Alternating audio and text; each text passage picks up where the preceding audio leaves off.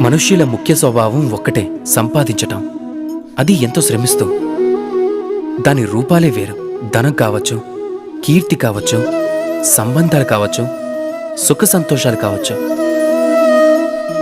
కానీ మీరెప్పుడైనా ఆలోచించారా, విధి ఇలా అనుక్షణం శ్రమించే విధానం ఎందుకు మనిషిలో కలిగించిందో?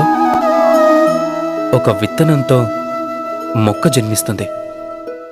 ఆ చెట్టు ఎన్నో ఫలాలకి నిలయంగా మారుతుంది. ఎందుకు? ఆ వృక్షం స్వయంగా పళ్ళని తినడానికా? లేదు, దాని ఉద్దేశం వేరే. ఆకలితో ఉన్న జీవులకి పంచటానికి. మీరు సందేహించచ్చు ఇందులో చెట్టుకున్న లాభం ఏమిటా అని. లాభం ఉంది. ఎందుకంటే ఎవరైతే పంచుతారో వారు క్షీణించిపోరు.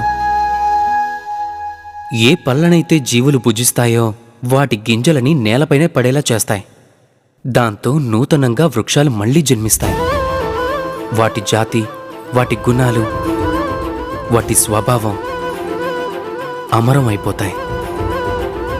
అందుకే మీరు గుర్తుంచుకోండి, ధనవంతులుగా మారటానికి ప్రతి క్షణం మీరు శ్రమించాల్సి ఉంటుంది.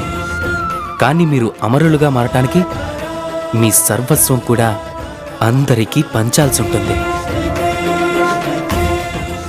రాధాకృష్ణ.